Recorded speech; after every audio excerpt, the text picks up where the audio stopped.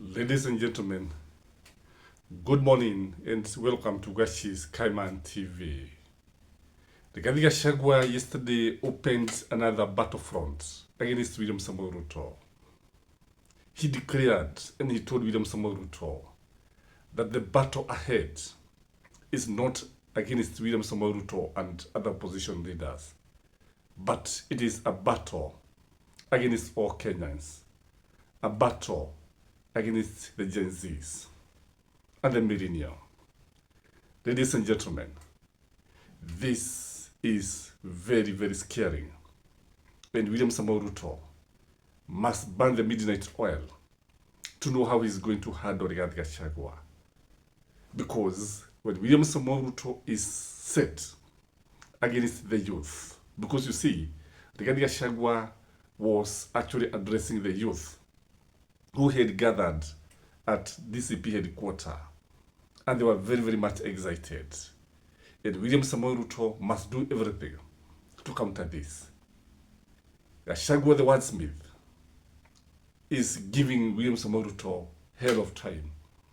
And unless William Samoei Ruto and his team come up with something that is going to stop Rigathi Gachagua or counter whatever he's saying, William Samoei Ruto will be finished. You know, in politics, you just need to come up with a narrative. Come with an idea. And then, once the electorate buy this idea, then you can count yourself lucky. I want you to watch very briefly this clip by Rigathi Gachagua when he is telling William Samoei Ruto it is him versus the Gen Z. Who is going to blink first? Watch here, ladies and gentlemen.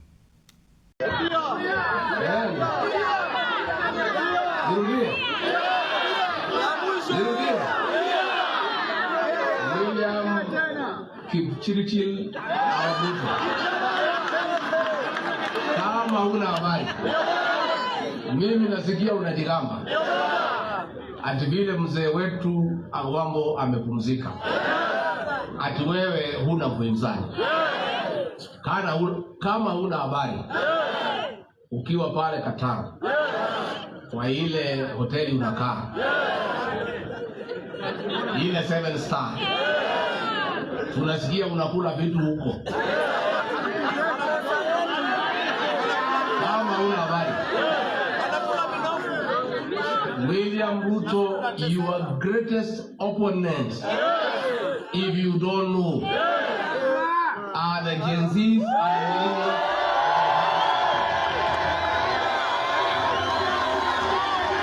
Number 2, kama una habari.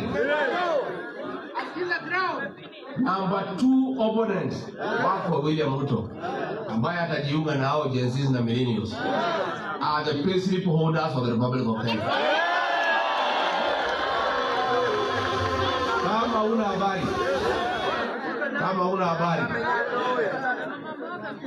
wale mama mboga na watu ya bodaboda ulidanganya, ati utawatoa chini wapandishe juu, utaweka pesa kwa mfuko, ukarudi kwa mfuko ukatoa kila kitu.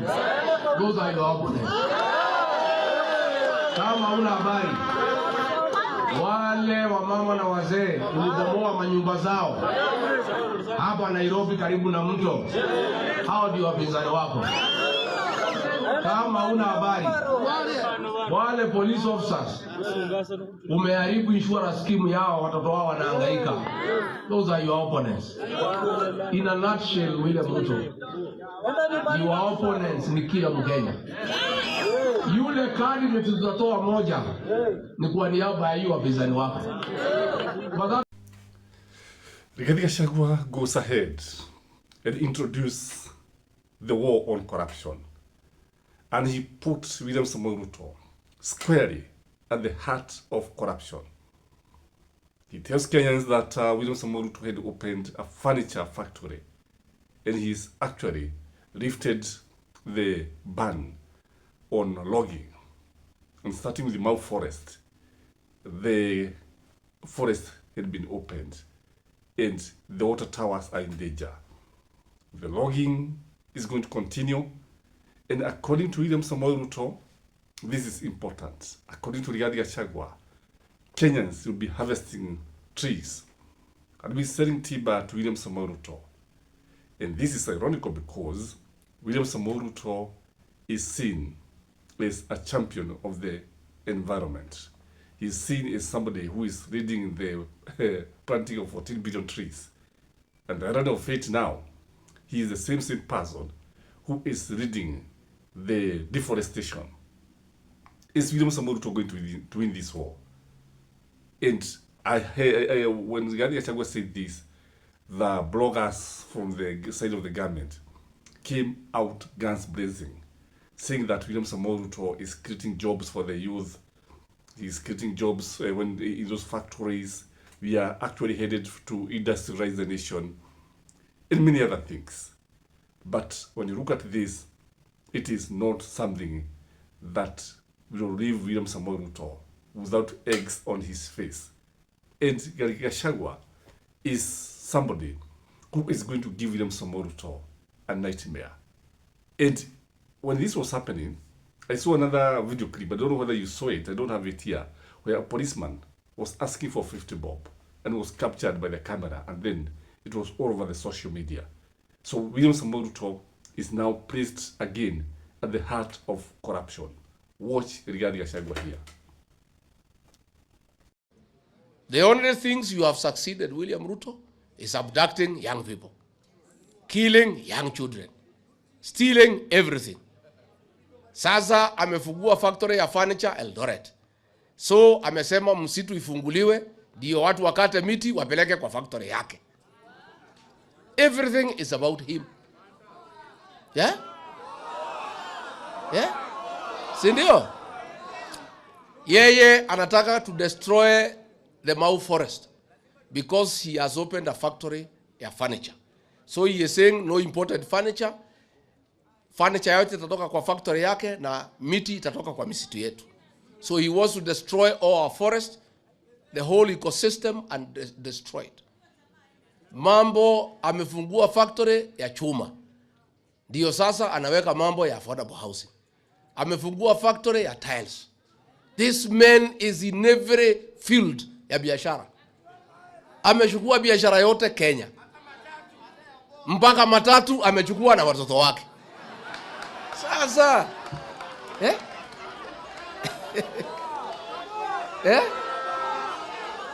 Sasa katika huko Mara ameweka hoteli.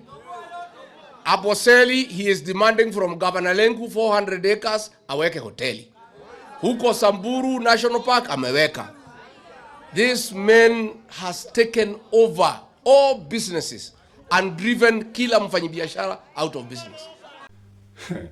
As if that was not enough, Ladema Orekina came up with another allegations that the Jamhuri Park had been leased to the Chinese. That is very, very scary. A recreational facility that has been there for many years is now at the hands of the Chinese. And when it comes from Ladema Orekina, then the people who can lease this definitely is Nairobi governor, let's say Nairobi county government, or the national government. Then you ask yourself, what will be left in this country, ladies and gentlemen? Ni kipi ambacho kitabaki ikiwa hivi ndivyo ambavyo tutakavyoona mali ya umma ikiporwa? And I think there are some good men in this country. And when you look at it, the problem in this country is that people come to the government to eat. They come to steal. They come to destroy. And others come to kill. And when you see an important facility like Jamhuri Park now being leased, it tells you that this government is on a looting spree. I don't know what will be left by the time you'll be going to the elections. Watch the cry of Kenyans here through Ladema Orekina. I was listening to a song this morning by one of my favorite artists called Wycliffe Jean. In the song, and I'll invite all of us here to be able to Google it, it says if I were president, or if I was elected president on a Friday, it says if I was elected president on Friday, I will be assassinated on Saturday, I'll be buried on Sunday, and then on Monday, life goes on. People move back and continue their life.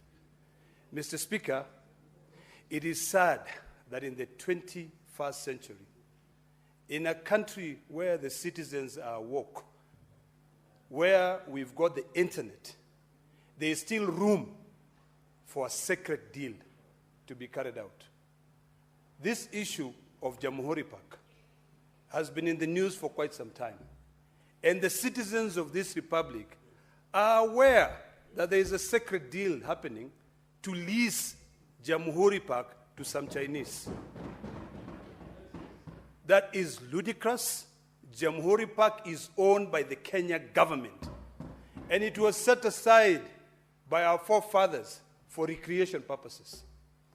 So it is something which is unheard of. And I want to request my brother, Senator Haji, Mohammed Haji, Faki, to be able to move expeditiously, to be able to unearth all that rot of that sacred land lease deal, because it is there. Someone somewhere is attempting to lease Jamhuri Park to be able to make money. And I want to remind everyone that it is all vanity. You know, at some point you'll go somewhere, you can own whatever you want to own, but one day you'll just leave it all on earth. So can we allow generations to be able to enjoy what our forefathers have left? People have encroached into the Nairobi forest, Ngong forest. In fact, now we're all choking with pollution, because what had been set aside to be able to absorb all that pollution is now, we're now seeing luxury 5-star hotels being built. Come on, enough. So, Mr. Speaker, this sacred land deal, the listing of the land secretly, must come to an end. And I wish that Faki, Senator Faki, would be able to go to the lands office, not just invite the cabinet secretary here. Go to the land office, go to the Survey of Kenya, check the records. What we know and what we have known is that Jamhuri Park is a public asset owned by the government of Kenya.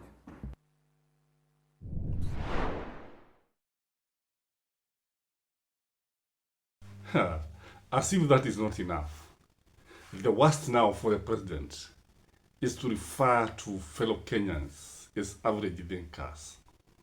The problem that we have in Kenya is we don't have people who think as they should.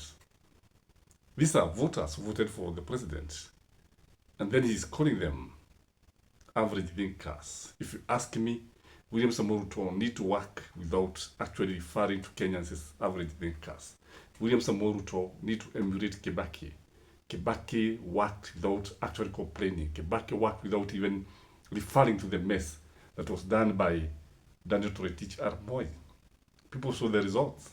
And now Kibaki remain one of the most, or the greatest leaders that this country has ever had. Watch William Samoei Ruto here referring to Kenyans as average thinkers. And tell me what you think about this. Shida, friends, shida tuko nae Kenya ni average thinking, ordinary, usual. Unless we up our game, unless we up our ambition, unless we think about the extraordinary. And I like the person who prayed here.